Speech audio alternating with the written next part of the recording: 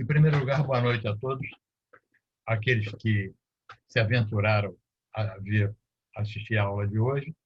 E eu queria, em primeiro lugar, agradecer ao professor Diogo por essa bela campanha de ajude um velhinho a se ocupar durante a pandemia.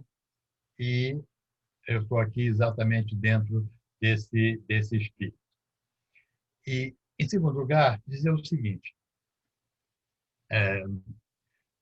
os estudos sobre as bases neuronais da emoção não são exclusivamente coisas da neurobiologia e das ciências neurais de um modo geral, mas são divididos em porções praticamente iguais com o pessoal da psicologia, não é? Com todo e, na verdade, até a psicologia ela tem uma ação maior e um peso maior quando fala exatamente desses problemas das nossas emoções.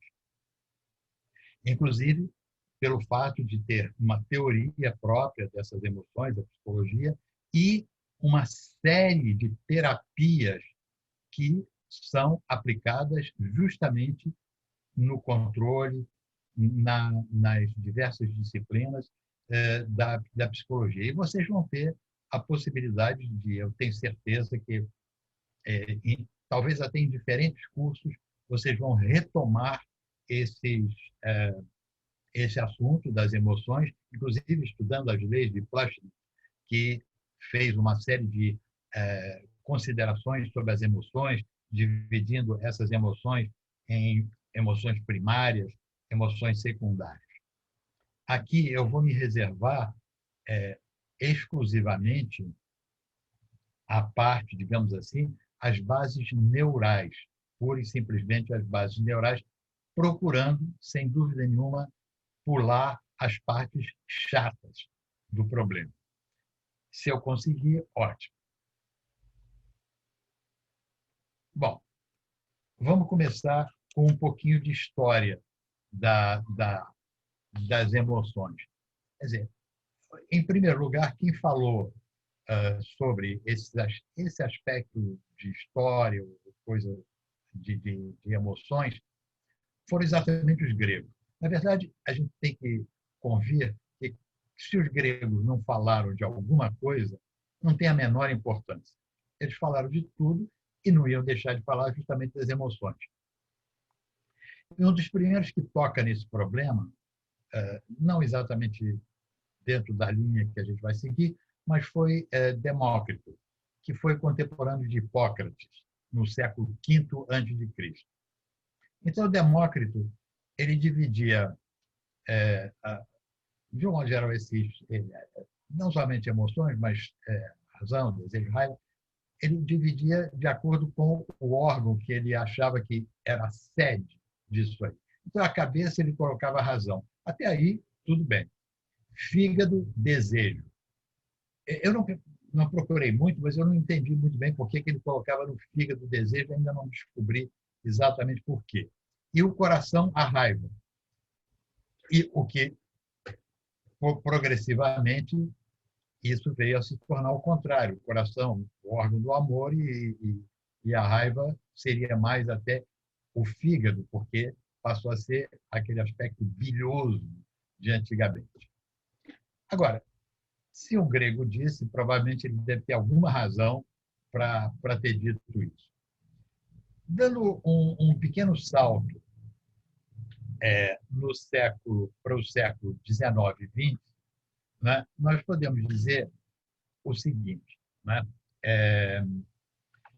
que começou a existir uma tentativa de se colocar determinadas regiões no cérebro diretamente ligadas a funções psicofisiológicas. Dessa forma, nós encontramos um frenologista, que é um sujeito que estudava esse tipo de coisa, chamado Gall, em 1781, que ele e um outro, que era o Lombroso, italiano, que eles fizeram um aspecto, conseguiram entender que algumas características morfológicas, como, por exemplo, o tamanho do cérebro ou o tamanho do crânio, poderia indicar, por exemplo, um sujeito criminoso. E a história conta que muita gente foi guilhotinada, enforcada, decapitada, exatamente porque um desses dois luminários mediu o crânio do sujeito e disse: olha, não tenha dúvida, quem cometeu esse crime foi fulano de tal, porque com esse crânio não há possibilidade dele não ser o criminoso. E por aí foram, até que começaram a medir crânios de pessoas que eram absolutamente fora de qualquer suspeita e viram que os crânios eram tão semelhantes quanto aqueles assassinos. Bom, mas os caras já tinham sido mortos, paciência.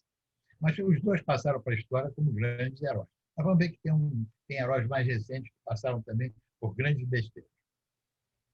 Muito bem. Um outro, em contraposição a esse que media e extrapolava essas medidas para aspectos psicofuncionais, o nosso amigo Florence, em 1867, ele fez o contrário, começou a fazer experiências, mas ele trabalhava com patos, ranchos, marrecos, provavelmente o que estava no quintal da casa dele, ele ia dissecando e começou a cortar partes. Não chegou, obviamente, a coisa nenhuma, porque os bichos morriam todos e também não tinham como se expressar. Mais seriamente, nós temos, em 1809, Darwin, na época de Darwin, que escreveu um livro, logo depois que ele escreveu um livro sobre a origem das espécies, ele escreveu um outro sobre o comportamento das emoções no homem e nos animais. Né? É um livro muito interessante, né, sobre esse comportamento emocional, né, comportamento emocional dos homens e dos animais. E depois Freud também começou, como vocês, psicólogos, já devem saber, começou a estudar o cérebro e começou a ver que realmente ali poderia ser a sede de algumas das nossas mais profundas e cálidas emoções.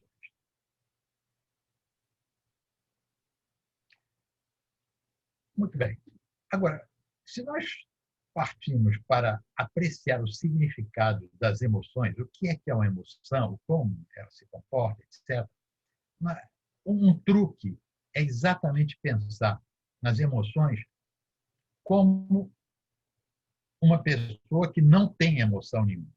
E, mais uma vez, Hollywood explorou isso da maneira mais sábia possível. Ou seja, quando faziam filmes, esses últimos filmes, Star Wars, essas coisas todas, Dr. Spock, etc., quando esses personagens que Hollywood queria caracterizar como não sendo efetivamente humanos, a primeira coisa que era feita é tirar qualquer emoção dessas pessoas.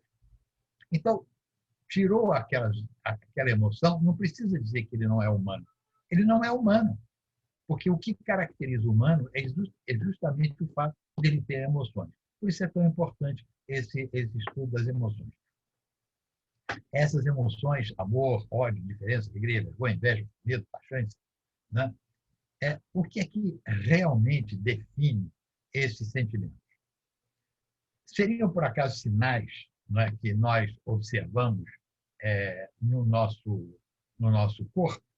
Ou seriam padrões difusos da atividade cortical que fica até difícil a gente caracterizar de uma forma muito precisa, né?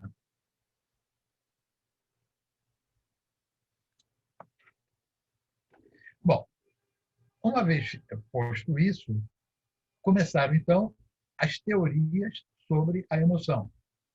E as duas mais famosas teorias sobre a emoção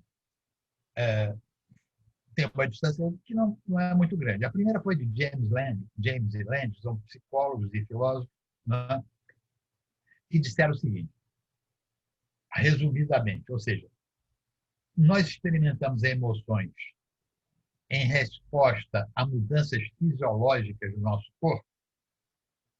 Ou seja, nós nos emocionamos porque choramos ou apostamos em Cano e Bardo que diz nós choramos porque nos emocionamos.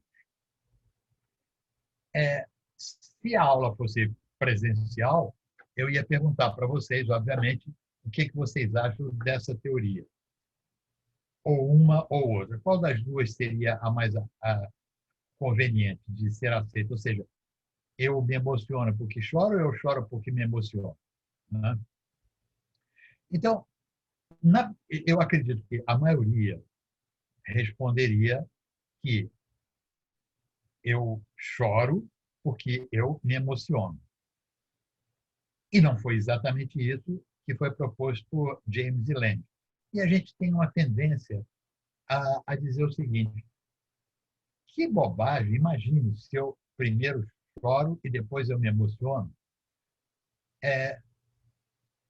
Devagar. Né? Vamos tomar um exemplozinho bem rápido. Como, por exemplo, imagine que eu tenha, eu esteja numa, tenha marcado um encontro com uma namorada ou qualquer coisa assim, do tipo, aí eu fico todo aflito, todo nervoso, todo cheio de preocupações e tal, e corro para cá, corro para lá, etc. E tal, dependendo do sexo, vai trocar de roupa 3 vezes e tal, então fica preocupado, será que chega, será que não chega, vou chegar no tempo. Bom, agora, pense no caso de tirar toda essa preocupação, que é exatamente o que faz a meditação, a técnica de meditação é isso. Né? Pense em tirar todas essas emoções, ficar no estado mais zen possível. Será que essa emoção ela fluiria da mesma forma? É pouco provável, né? É pouco provável que isso de fato ocorresse. Então essa é uma dos argumentos que se usa até hoje para dizer, olha, o James Land não estão tão errados assim. Existe uma outra experiência também muito interessante, que é o seguinte: são pessoas que tiveram secção de medula. Então, quanto mais alto e progressivamente essa secção atinge níveis mais altos do corpo, a pessoa vai, pelo menos um caso foi estudado isso, ela ia perdendo a, a, a sua capacidade de se emocionar. Como esse estudo também verificou em outros casos que não era sempre assim, esse estudo ficou simplesmente como uma das tentativas de se dizer que o James Land não estava tão errado assim. Né?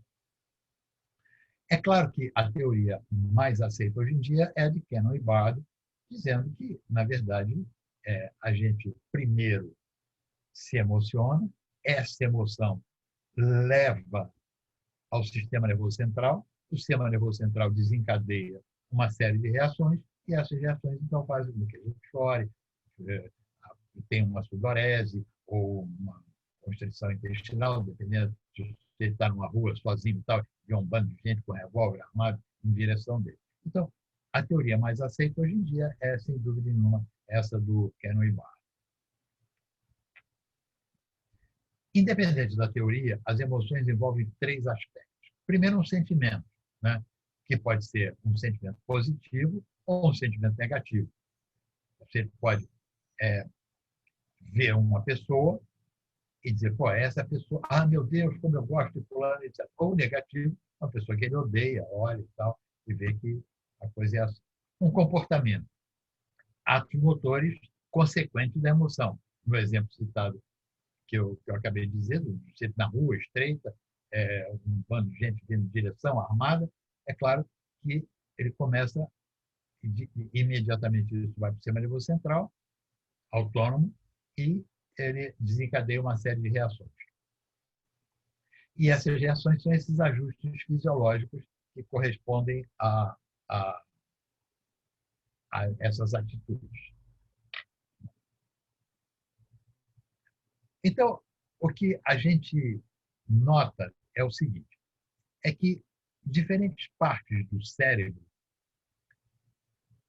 foram estudadas durante grande parte, é, desde que se começou a estudar neuroanatomia, e que se concluiu depois, né, estavam a serviço ou funcionavam para diferentes funções, para que ocorresse uma função específica. Assim, por exemplo, a visão, que é a mais óbvia. Né? Então, você tem um sistema que, de uma série de componentes, e chega no final e você vê. E essa visão ela tem uma parte específica do cérebro que é a responsável pela visão, para que a pessoa possa ver. Agora, o que se perguntou exatamente nas últimas décadas, né, foi exatamente o contrário. Existe um sistema, como o sistema visual, diretamente ligado a experiências emocionais. Por exemplo, eu sei que audição, visão, gustação, olfação, eu tenho uma área cerebral, eu tenho um lugar no cérebro que vê, que enxerga, que cheira, etc. E tal. Mas a pergunta é: e o amor, e o ódio, e a raiva, e a agressão? Essas coisas têm um local no cérebro específico para que elas, de fato, ocorram? Essa é uma resposta difícil. Né? É uma resposta difícil. E é lógico que é, toda, começando já há uns 2 ou 3 séculos atrás, essa resposta começou a ser pesquisada, começou a ser procurada. Né? E é claro que quem procura acha.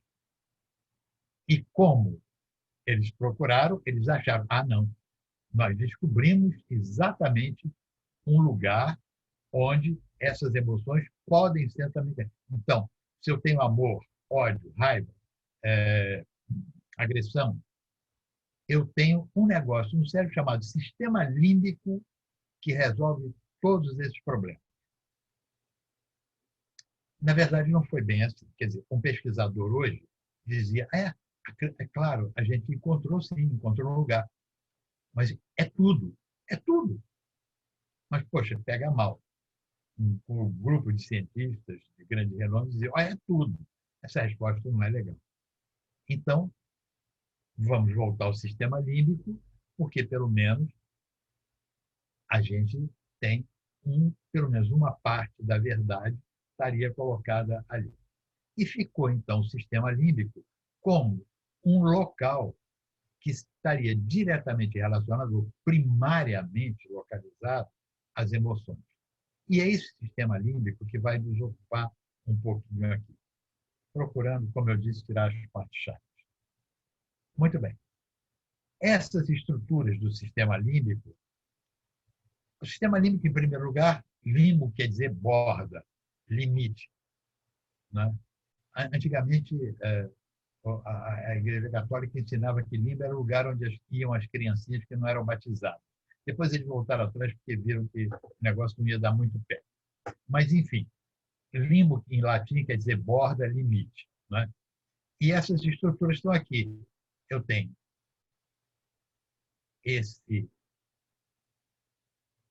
essa região toda aqui, vem para cá, passa por aqui e chega nessa região aqui que é crucial do sistema límbico. E que nós vamos dissecar um pouquinho cada uma delas, né? À medida que nós formos progredindo. O primeiro que se referiu e colocou esse nome na mídia foi um Paul MacLean. Quer dizer, o Paul MacLean ele resolveu estudar esse sistema límbico a partir do próximo slide eu mostro de um pesquisador francês e como ele achou que esse nome de sistema límbico, sistema é um negócio meio complicado de definir, mas ele achou que o nome estava bom, ele disse, olha, esse grupo todo aí realmente é possível que esteja ligado aos processos emocionais. E ele criou também depois um outro conceito que era do cérebro funcional, ou seja, ele disse o seguinte, como nós sabemos pela embriologia que o cérebro, ele não, à medida que ele evolui, ele não desaparece as partes mais primitivas, ele falava do cérebro funcional, no sentido do cérebro reptiliano, ou seja, de um cérebro muito primitivo, depois mais aperfeiçoado, conseguindo colocar as coisas em determinados limites, e o cérebro dos mamíferos atuais, que aí tem aquele conceito que depois, né, quer dizer, esse conceito foi até adaptado àquele conceito de Freud do ego, superego, quer dizer, o superego, então, é o cérebro do mamífero atual, né, que não deixa o cérebro do mamífero primitivo, nem um cérebro reptiliano, fazer todas as bobagens que são capazes de fazer, sem dúvida nenhuma. E quais seriam, então, essas funções que já mais ou menos a gente delimitou? Né? Ele estaria ligado a processos emocionais e motivacionais. E estaria ligado a processos relacionados à memória. Eu não posso encontrar com a pessoa e dizer, olha, eu amo essa pessoa ou eu odeio essa pessoa se eu não me lembro dela. Primeiro eu preciso guardar. E portanto, nós vamos ver depois que existe uma região desse sistema límbico que está diretamente relacionada e foi colocado no sistema límbico porque é um local de memória, sem dúvida nenhuma. E esse sistema límbico, ele começou, como eu disse, nesse francês, Broca. Né? Broca foi o homem que descobriu, ou pelo menos dizem, ou pelo menos ele dizia que era, e ele descobriu. Parece que não foi bem assim, mas ele descobriu onde no cérebro se localizava a palavra falar. Né? Nós falamos com o hemisfério esquerdo, dizia Broca. E esse Broca, ele viu que existia um circuito ali, alguma coisa que parecia ter uma certa conexão entre elas, e falou em sistema límbico, mas Broca nunca se referiu ao sistema límbico como um sistema ligado a emoções e coisas do gênero. O primeiro que começou a perceber isso foi um pesquisador americano, James Papez, que é um neurologista americano. Ele propôs, aí sim, foi o primeiro que propôs um circuito emocional, dizendo que essas partes estariam ligadas aos processos emocionais. E esse circuito ligava o córtex cerebral ao hipotálamo. É interessante que essa hipótese ela se baseou nos seus pacientes que morriam de raiva. Por quê? Porque ali estava localizado uma série de... Ele verificou que por ali tinha uma degeneração exatamente nessa região do cérebro. E quais são esses componentes do sistema límbico? Então, os componentes anatômicos do sistema límbico são o giro do símbolo, o giro parahipocampal, hipocampo, amígdala, hipotálamo e área septal. Então, estão eles aqui. Ó. Giro do símbolo, está ele aqui. Símbolo, cintura. Giro parahipocampal, o hipocampo e aqui a amígdala. E aqui a área septal, ou nessa região aqui, a área septal, que é uma área importante porque é uma das, como nós vamos ver depois, é uma das áreas do prazer. Agora, isso anatomicamente, né? Foi delimitado o sistema límbico pelas diversas cada uma dessas partes representa um componente desse sistema que conduz, que percebe, etc. O problema, não, agora, não somente anatômico, mas é como um impulso sensorial, quer dizer, eu vejo uma pessoa ou tenho medo de uma determinada situação, na rua escura, pessoal chegando armado na minha direção, conduz uma sensação, ou ativa, pelo menos, motivando uma emoção. Eu sinto essa emoção e tomo, e essa emoção transfere para o sistema nervoso autônomo essa informação e ele toma as providências necessárias. Como é que isso ocorre? Bom, segundo as teorias que regem o sistema límbico como componente disso, as evidências mostram que a amígdala, que é ou almôndega em português, né, ela está altamente envolvida nesse processo de transferência de impulso para a emoção. Então, onde é que está a nossa amígdala? Aqui, anatomicamente. A amígdala está aqui. Né? Então, vejam, aqui eu tenho o giro do cíngulo, aqui eu tenho o hipocampo, aqui eu tenho a amígdala. Essa estruturazinha aqui é que parece que é o grande problema do sistema límbico. Ela é que é a parte principal do sistema límbico. Então, nós podemos afirmar hoje, sem sombra de dúvida, que é a estrutura-chave do sistema límbico. Né? Anatomicamente, ela fica no interior do lobo temporal, à frente do hipocampo. Agora, como é que é a história? Uma lesão no núcleo amigdaloide, porque essas coisas de emoções, elas só podem ser conjecturadas sobre certo aspecto, porque não se pode fazer uma experiência com o homem e muito menos essas experiências surtem efeito quando são feitas com animais, porque eles não revelam o que está acontecendo com eles quando a experiência é feita. Mas em determinadas situações, o que se faz? Com os animais, retira-se aquela parte que se acredita ter uma determinada função e vê qual é o comportamento do animal. E no homem, às vezes há necessidade de retirada, problemas de epilepsia, etc. e tal, ou problemas de alta agressividade, e isso pode levar a algumas considerações e essas manifestações são verbalizadas e pode chegar a alguma conclusão.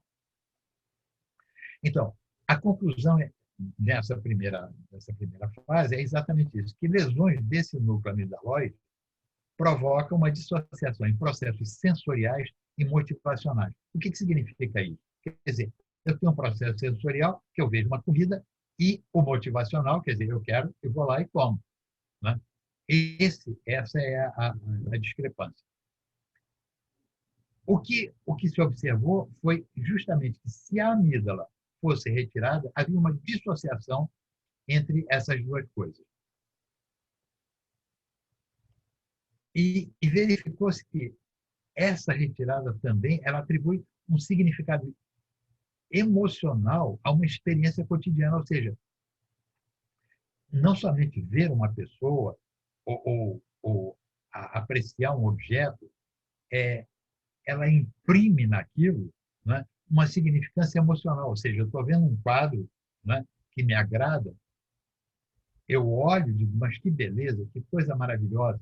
Né? Então, isso aí, essa experiência emocional, provavelmente, ela é feita pela amígdala.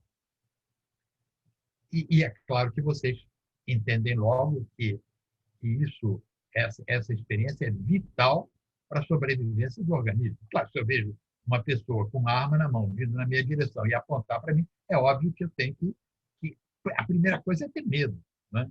Que é uma das nossas emoções mais vitais. Sem medo não se vive, uma possibilidade. Né?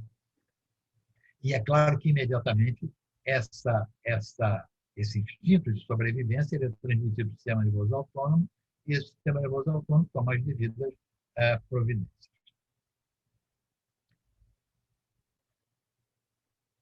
Novamente, se a gente colocar o problema agora experimental, então vamos ver.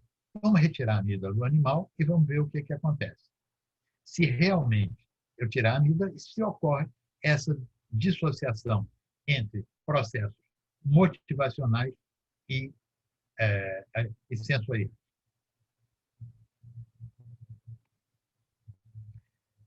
Esse experimento recebeu o nome de Síndrome de Kluver-Bucy. Em que ele consistia? Na remoção bilateral do lobo temporal, uma lobectomia. Então está aqui, ó. Esse aqui, ó, aqui nós temos o lobo temporal, aqui, onde começam a aparecer os primeiros cabelos brancos, por isso se chama temporal. Aqui está o lobo temporal e em corte nós vemos aqui, ó, essa região toda.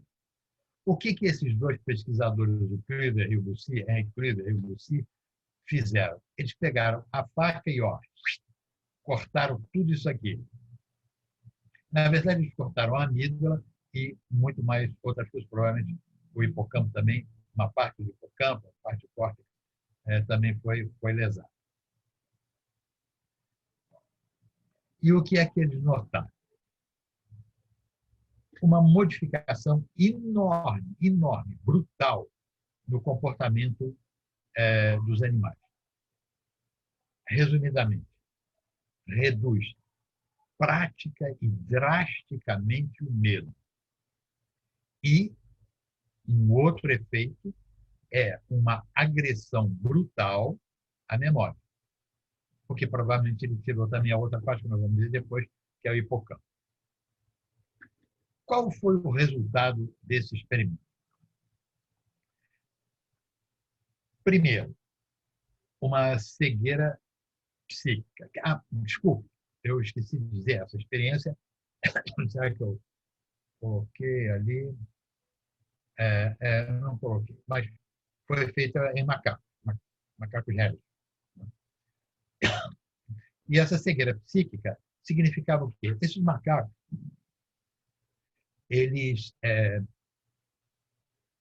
eram colocados numa sala e vários objetos, inclusive objetos de comer, etc. e tal, e bichos, escorpião, que eles detestam e que jamais seriam capazes de conviver com. E eles notaram que os animais tinham uma cegueira psíquica, ou seja, eles eram incapazes de distinguir entre um objeto e outro. E o fato seguinte é que, primeiro, eles observavam com uma atenção extraordinária, coisa que normalmente não acontece no macaco rígido, mas eles observavam cada objeto e, imediatamente, a primeira coisa era observar, a segunda era levar à boca. Uma tendência oral enorme, enorme. E essa tendência oral era dramática, porque esses animais, como uma das características básicas é exatamente perder o medo, eles levavam à boca animais como o escorpião, por exemplo, que eles jamais imaginariam que pudessem comer, ou pelo menos se afastam normalmente com bastante receio. Cobra, escorpião, assim, eles se afastam, e do próprio homem, o macaco selvagem, ele se afasta, em princípio, né? Se não é agredido, mas eles não tinham medo absolutamente nenhum, o medo acabou completamente. Depois, um comportamento sexual totalmente alterado, né? Uma atividade hipersexual, uma atividade que, de um modo geral, não há, em princípio, né, cópula ou relação sexual entre espécies diferentes. Esses animais não respeitavam isso, quer dizer, copulavam com qualquer um, né, com espécies diferentes, etc., ou indivíduos do mesmo sexo, e uma tendência sexual tão alterada que eles continuamente estavam se masturbando. Masturbação era comum. É,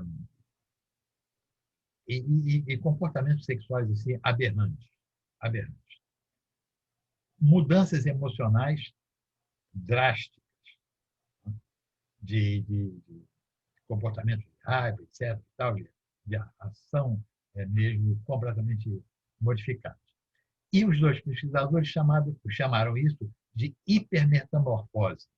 Ou seja, todas essas modificações caracterizaram essa grande modificação que eles chamaram de hipermetamorfose, exatamente pela ablação da amígdala. Ou seja, o que eles tentaram provar foi que o carro-chefe de todas essas nossas emoções e do sistema límbico, como em particular, é exatamente a amígdala. Agora, será que a possibilidade disso acontecer em humanos? Sim, é raro e talvez não haja uma amidalectomia bilateral total, uma extirpação completa, mas em alguns casos que foi necessário retirar a amígdala, notou-se que ansiedade e medo eram dois parâmetros muito importantes quando a amígdala, ou apareciam muito frequentemente quando a amígdala era retirada. E o medo acabou completamente. Né? Bom, a agressão e... Bom, uma outra experiência também feita com macacos, exatamente para provar, para continuar provando que, ou mostrando que a amígdala ela exerce um papel no nosso comportamento emocional, motivacional enorme. Foi uma experiência que foi feita com uma colônia de 8 macacos réus.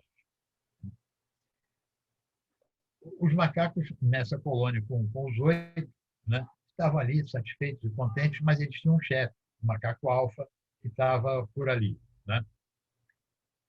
E que todos os outros respeitavam esse macaco, que ele dizia era sagrado, o que ele fazia tinha que ser feito, obedecido, etc. E, tal, e a colônia ia levando dessa maneira.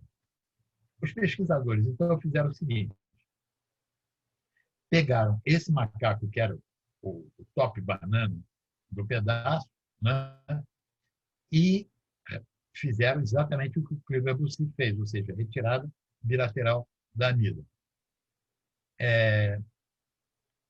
Deixaram o macaco se restabelecer, aquela coisa toda, e depois pegaram esse mesmo macaco e colocaram na colônia. Ora, o que aconteceu não demorou muito tempo, não, foi coisa assim, quase que imediata.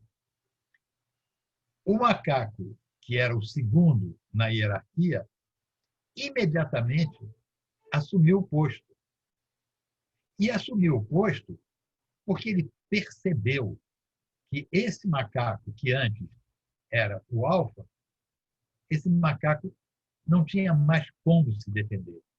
Esse macaco apresentava, no caso do animal é um pouco mais difícil de se dizer isso, mas apresentava sinais visíveis de que ele não conseguiria mais obter uma liderança, ou seja, que ele era facilmente atacável e assumiu sem maiores problemas a, a dominância do bando, e esse macaco se colocou numa posição absolutamente subalterna. Os pesquisadores fizeram a mesma coisa com esse segundo macaco, né, e verificaram que o mesmo fenômeno acontecia. Ele passava para o último da hierarquia e assumia o primeiro. E assim por diante. Então, isso mostra que a amígdala é esse ponto-chave de todo o sistema emocional sobre um caráter puramente aqui, sobre um caráter puramente morfológico, um caráter funcional de conexões, etc. Claro que existem uma série de outros fatores, que vocês vão estudar depois, que podem influenciar nisso. Mas a amígdala, em princípio, se você retira, todas essas características são perfeitamente normais. Uma outra coisa que a amígdala está altamente comprometida é exatamente na agressão e na raiva. Né? E se sabe perfeitamente hoje, né, que os andrógenos, os hormônios andrógenos, existe uma correlação entre os níveis sazonais de andrógeno e hormônios sexuais, os hormônios sexuais. E aí nós temos que quando aumenta o nível desses hormônios, a agressividade aumenta. É bem semelhante. E aí nós temos dois tipos. A agressividade ela pode ser dividida nesses dois tipos. Uma agressividade predatória e uma agressividade emocional. Né? E vocês, todos esses filmes do National Geographic, né, mostram muito bem isso. Quer dizer, quando você tem uma agressividade predatória, esse multifacetado da agressividade é que é extremamente interessante e que é motivado pela amígdala. Ou seja, a agressividade predatória é aquela da caçada. Né?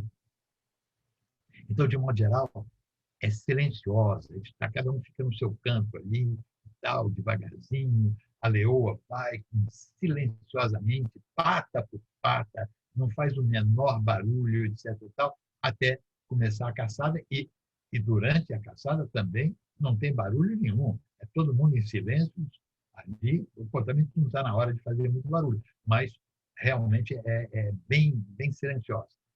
Já a agressividade emocional é, um, é, é totalmente barulhento. Né? A gente vê, né, no filme, só aumentar um pouquinho o som, aqueles hipopótamos gritando horrores, aqueles elefantes é, berrando para toda a África. Quer dizer, essa agressividade ela é multifacetada, ela não é de uma forma só, ela depende de coisa. E isso, repito, é modulado exatamente pela amígdala.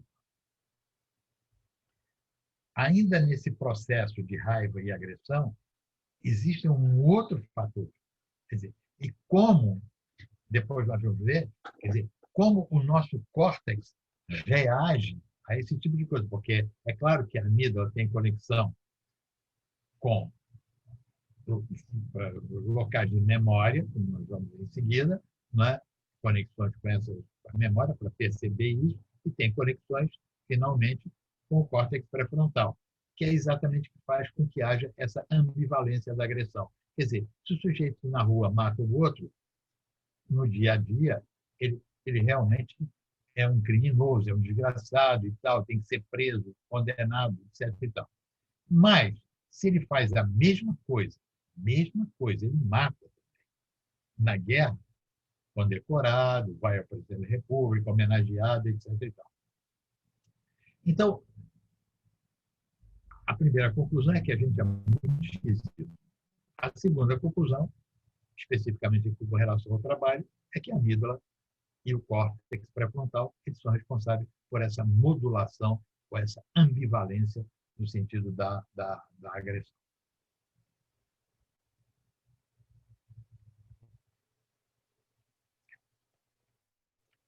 Muito próximo à amígdala, nós temos uma outra região do sistema límbico, que é o hipocampo. O hipocampo ele só está no sistema límbico porque ele é uma das sedes da memória. Hipocampo é cavalo marinho, né? É o cavalo marinho. Como vocês podem ver aqui nesse desenho, é um cavalo marinho perfeito. Né? Ou os nossos anatomistas têm uma imaginação incrível. Né? Então, está aqui o nosso cavalo marinho, né? Que é o hipocampo. E ele, certamente, é a sede da memória, tem um componente de memória, e ele tem uma conexão, ele entra aí, porque é a sede da memória, e tem uma conexão amígdala-hipocampo, existe uma conexão e é uma conexão recíproca. Eu peguei aqui uma definição do Ângelo Machado de memória que eu acho muito interessante. é um processo que permite fixar o presente, evocar o passado, reconhecendo-o e situando no tempo. Então, acho que a memória está bem definida sobre esse aspecto. E a formação hipocampal é essa que vocês estão vendo aqui, eu estou me referindo agora a aspectos puramente anatômicos, né? Aqui nós temos o hipocampo e há uma conexão hipocampo-amígdala para passar justamente essas informações de memória para o hipocampo. E verificou-se também que hoje o hipocampo sabe que ele tem uma renovação, pouquíssimos neurônios são renovados durante a vida toda do indivíduo, mas o hipocampo parece ter uma sede onde ocorre essa renovação. E, em termos de memória, nós temos o hipocampo, que tem uma memória declarativa, quer dizer, armazenamento de novos conhecimentos, e memória de procedimento. Ou seja, essa memória de procedimento é aquela que você sabe andar de bicicleta, etc. e tal, e essa memória de procedimento ela está ligada a outras estruturas, como especificamente, vocês já estudaram de sobra, o cerebelo. Né? E uma lesão hipocampal bilateral, né? que mostra como você de memória, nós temos uma amnésia anterógrada. Então, a gente pode concluir disso aí, se eu leso o hipocampo bilateralmente, eu tenho uma memória anterógrada, significa que existem outras regiões que armazenam a memória retrógrada, e o indivíduo pode se recordar de coisas do passado, mas é incapaz de aprender coisas para o futuro.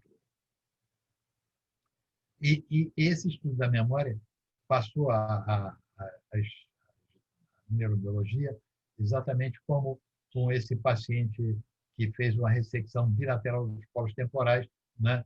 E ele melhorou, fez porque necessitava um problema de epilepsia, ele melhorou enormemente da epilepsia, mas perdeu a capacidade de adquirir novos conhecimentos a partir dessa época.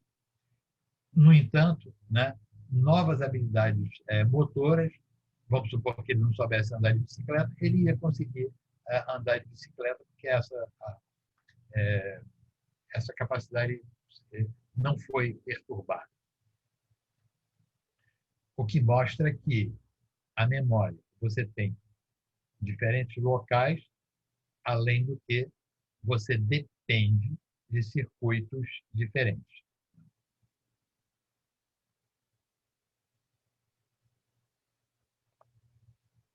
O giro do símbolo. O giro do símbolo é um pouquinho mais complexo. Né? Vocês estão vendo que eu estou acompanhando aquele sistema límbico com aquelas partes que eu havia mencionado anteriormente. Então, o giro do símbolo está aqui, né? E esse giro do símbolo ele tem regiões diferentes. E cada uma dessas regiões representa uma funcionalidade. Por exemplo, há uma determinada região que o sujeito, lesando essa região, né, ele tem uma sensação do déjà vu. Pô, peraí, eu acho que eu já tive aqui. Né? Então, é exatamente no giro do símbolo que parece aparecer essas coisas, e além de outras. Por exemplo, em carnívoros selvagens, uma cingolotomia abranda completamente, o carnívoro fica perfeitamente domesticado e assim por diante. E o giro do símbolo ele foi empregado, né? Hoje cada vez menos se opera isso, né? Ele foi empregado em tratamentos psicóticos, são as chamadas psicocirurgias, que nós vamos falar um pouquinho delas daqui a pouco, né? A área septal. A área septal é a área do prazer, né, que vamos chamar assim. Então, está ela aqui. Ó. É uma das áreas do prazer. Agora, o que se sabe hoje em dia é que o número de áreas de prazer no cérebro são muito maiores do que as áreas de castigo, de punição. Benza a Deus. Né? Então, essas áreas que são relacionadas ao prazer, elas se localizam em pontos diferentes, mas elas têm a capacidade de te dar uma recompensa, normalmente, por alguma coisa que você faça ou que você venha a fazer. Numa experiência extremamente elegante, colocaram eletrodos no cérebro do ratinho, né? Eu me lembro sempre que uma das, é, uma das pessoas que eu vi colocar, essa eu tive a oportunidade de ver várias vezes, porque ela fazia isso uma vez por semana. Tá? Trabalhava num laboratório, era uma psicóloga que fez é, psicologia e se dedicou à psicologia experimental. Eu sei que isso não é bom dizer aqui, mas, enfim, se dedicou à psicologia experimental, era a melhor pessoa que implantava eletrodos. Existem mapas em que você pode furar o osso do ratinho e, seguindo um mapa, você coloca o eletrodo aonde você bem entende. Né? Ou você conhecendo o cérebro do rato, você pode colocar ele em determinadas regiões. Bom, simplificando a experiência. Né? Simplificando essa experiência que era para mostrar reforço e recompensa.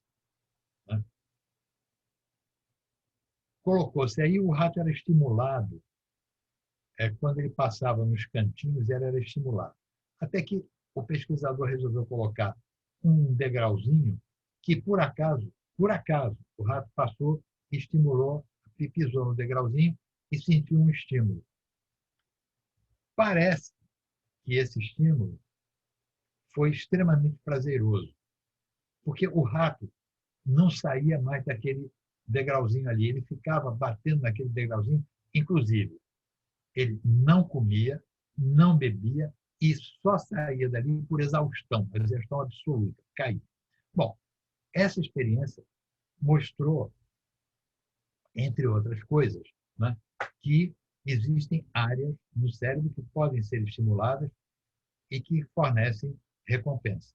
E isso pode ser muito interessante. Né? Como é que a gente vai obter certas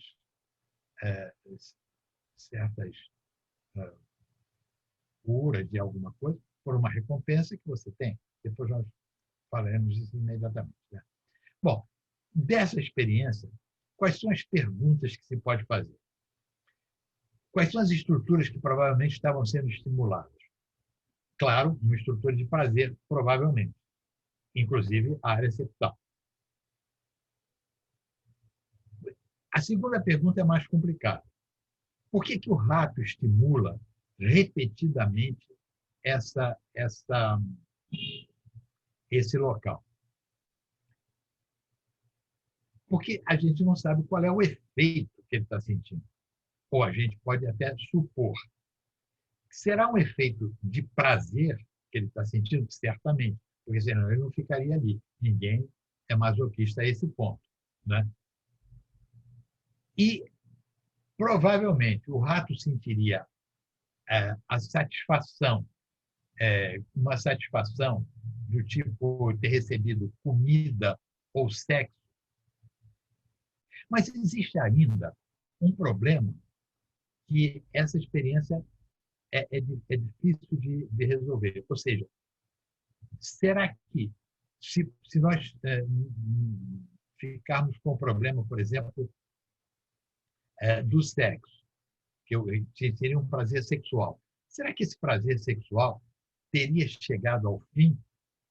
Ou será que ele se repetia a experiência porque ele nunca conseguia chegar, digamos assim, em termos ao orgasmo?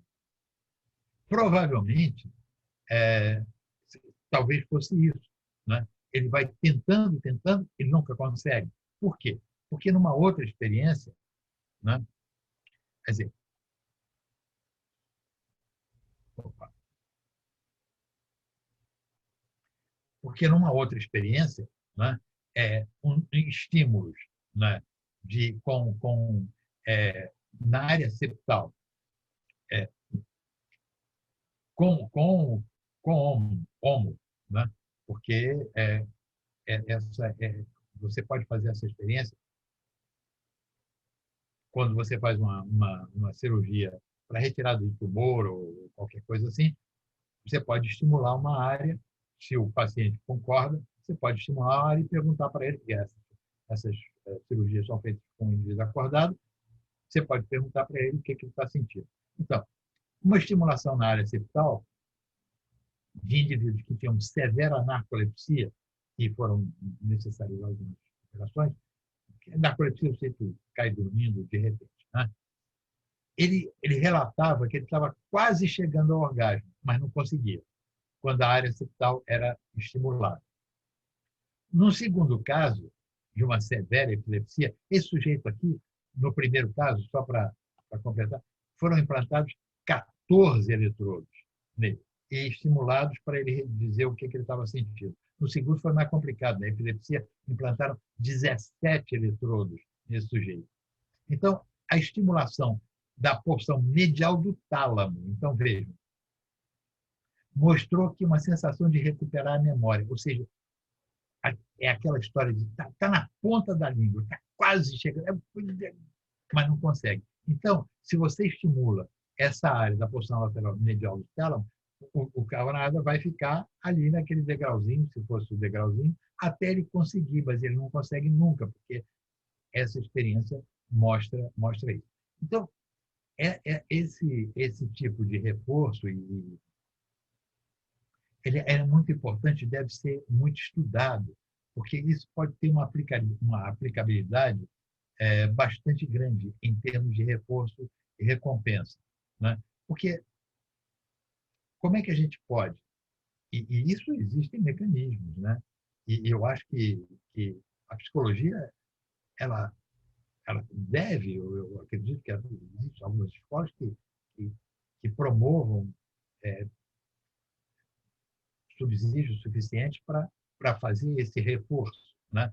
Como aumentar o reforço normal e anormal, por exemplo, em termos de comida, bebida e sexo.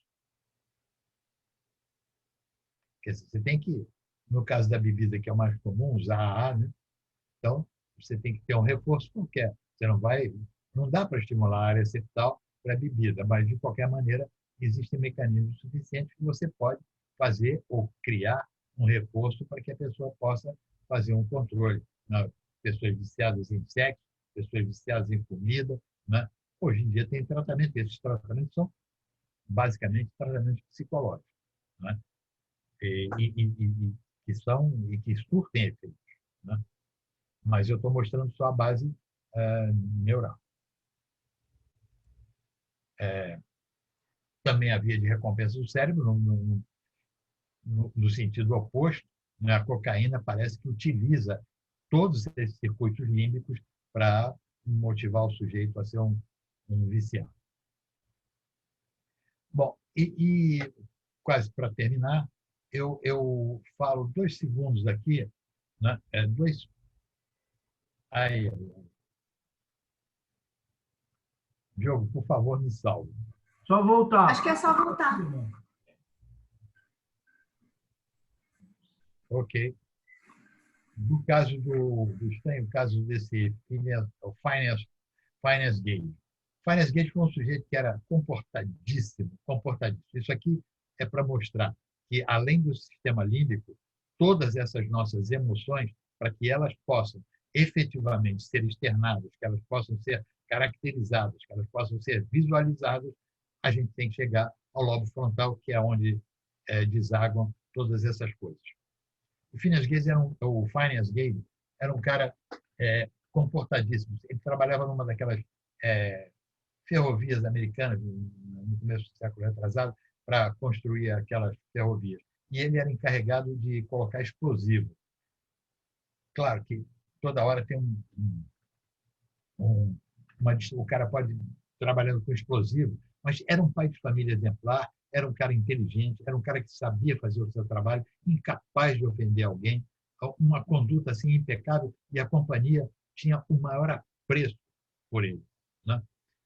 Muito bem.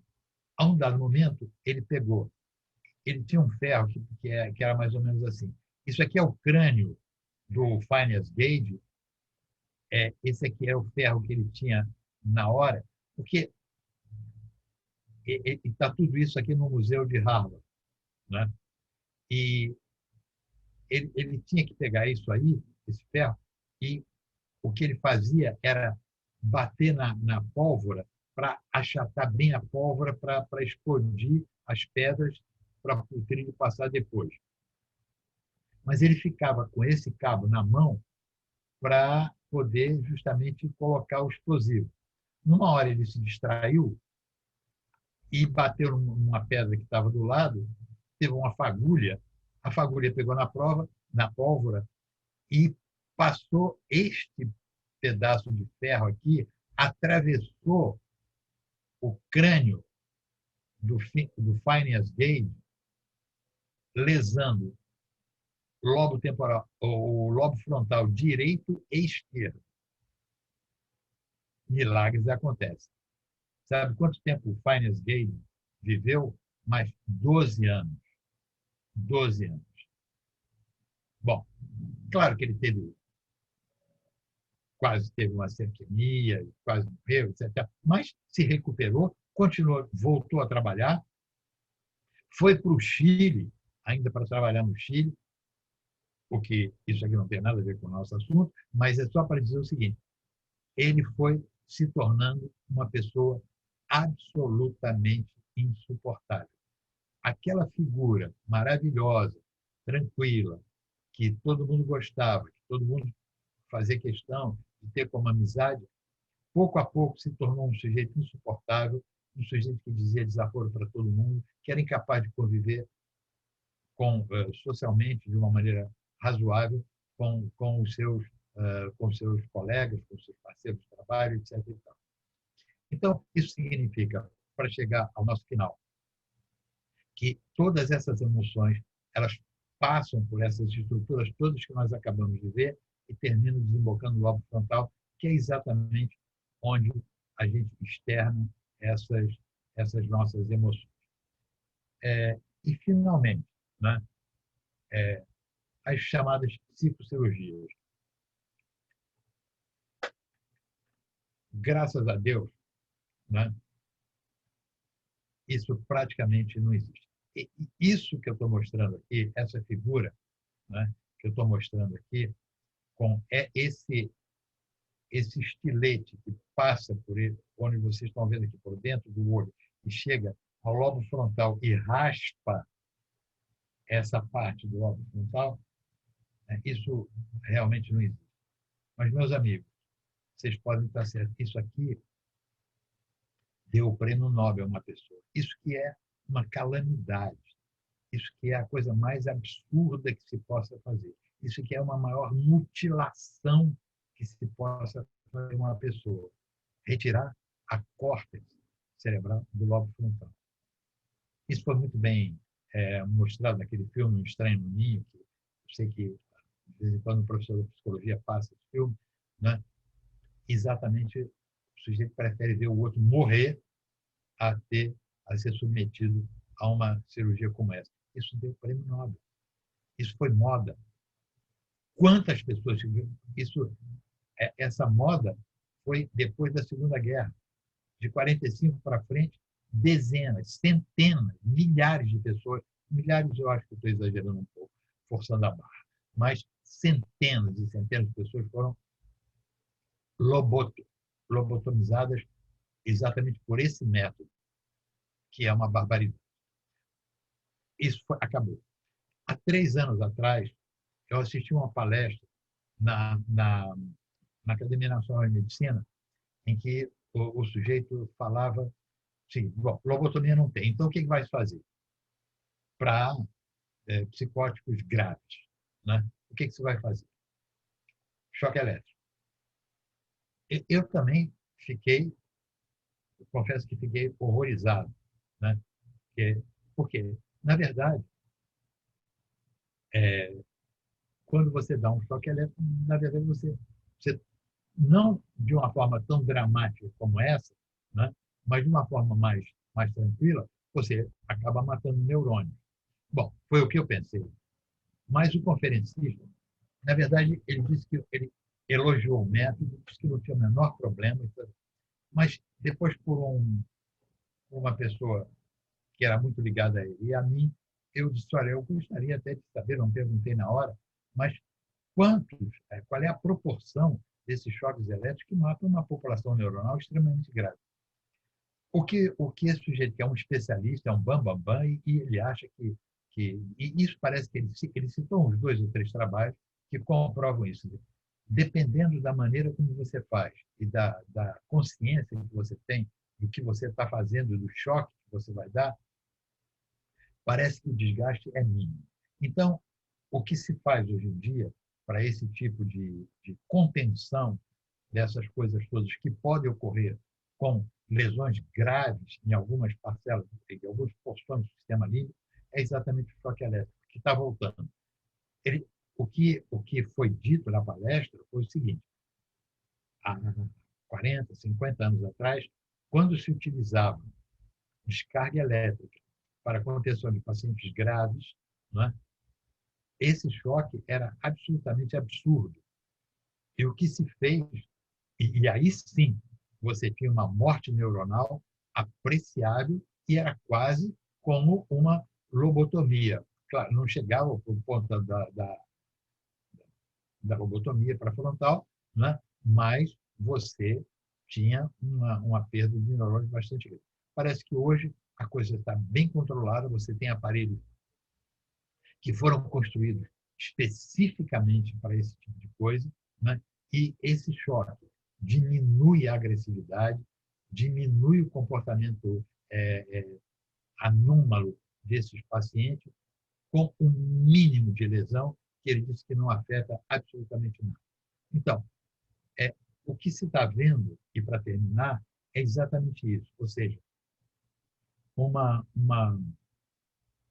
diminuição no máximo possível de lesões que podem, é, que podem afetar os neurônios para não tocar o mínimo possível e fazer ou trazer o paciente a uma vida normal o mais possível.